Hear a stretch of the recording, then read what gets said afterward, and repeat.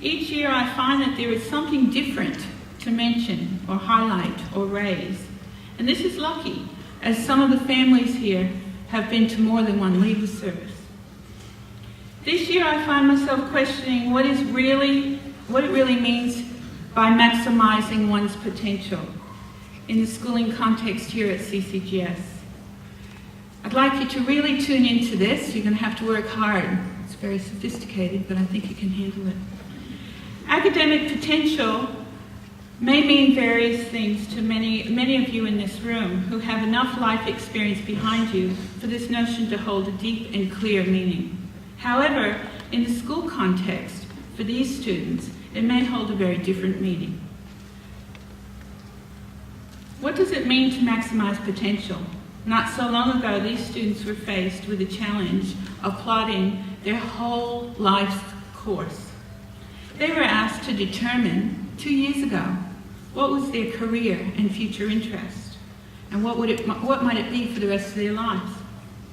They were also asked to commit to subjects to study for 2 years in order to obtain an HSC, and that these subjects would support their life goals.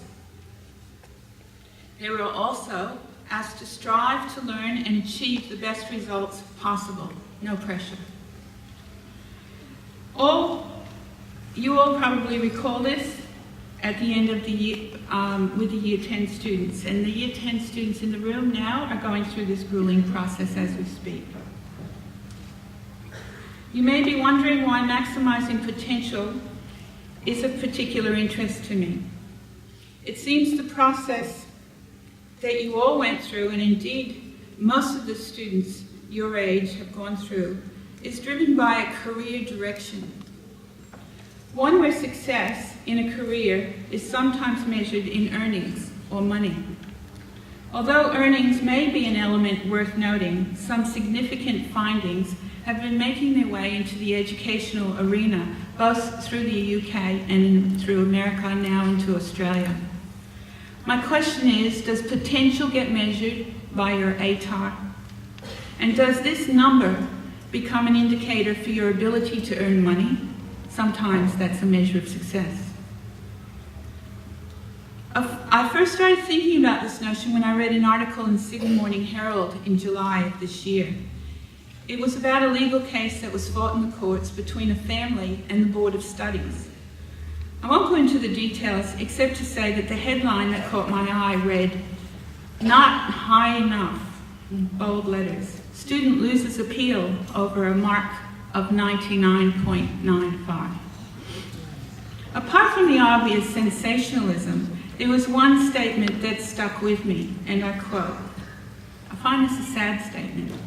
The girl's mother, who was complaining about her daughter's results to the school and the Board of Studies since 2008, believes her daughter was prevented from reaching her full potential.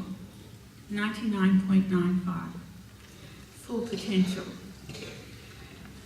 Can I add that according to this article, the girl in question is studying medicine at Sydney Uni, and she came 5th in the state in chemistry in the HSC when she was in year 11 in 2007. I think there's some confusion here about potential and marks. This highlights for me that confusion. To further highlight the lack of correlation between a number achieved in high school or in university and your true personal potential, I'd like to briefly describe an interesting study that tried to measure whether good grades was in fact an indicator of good earnings. At Florida State University, Tim Judge and his colleagues had mined a vast set of national data to assess the impact of a set of positive psychology constructs on success. The results were startling and showed that the common understanding that many of us assume to provide a strong foundation for future success, that is good grades, are ineffectual in the absence of other personal traits. So good grades aren't enough. The researchers looked at the data from National Longitudinal Study that began in 1979 with 13,000 participants between the ages of 14 and 22. It's a very big study. Participants, through surveys and interviews, contributed to a measure, and that measure was called core self-evaluation. And this number or measure combined the traits such as self-efficacy, self-esteem, emotional stability, and locus of control. This measure was then correlated with information about annual income at the age of 50. So it was a very long study. Admittedly, annual income is not the sole or even the best measure of a good life. But remember the question. They were trying to look at, do good grades necessarily mean that you will be successful in your career in terms of earnings? In essence, the graphs that came out in the study showed dramatically that those students with low core self-evaluation, so low in that measure of those traits, and very, very high grades and scores actually earn less than anyone else by the age of 50. The findings are very provocative. Perhaps the ATAR is just one measure, not the measure. Back to my original thesis. What does it mean to maximize potential at school age, and what is success? These are the questions I think you should be asking yourselves now. The new research around happiness, self-efficacy, optimism, and positive psychology suggests that success today for students and educators requires clear-eyed optimism, deep wells of emotional energy and motivation,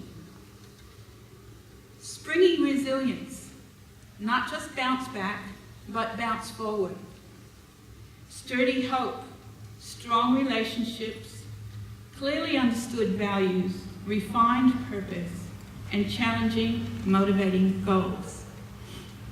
I don't see numeracy and literacy listed there. That all comes in the mix.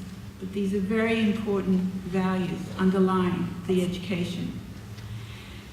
These seem to be the traits and skills that sustain success, the type of success that will last you well beyond the HSC.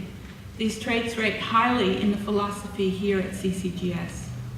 They translate directly straight back. When I was reading this, I thought we correlate so closely to some of these values that get exhibited for you with your personal learning profiles, your PLP. And they examine how well you as a student organize and are prepared for learning. In other words, challenging and motivational goals. I remind you of my favorite saying, shoot for the moon. You knew I was going to say this. Shoot for the moon, even if you miss, you'll land amongst the stars. Tal Ben-Sharar, a Harvard teacher, calls happiness the ultimate currency and defines it as the overall experience of pleasure, which is your present benefit, and meaning, future benefit.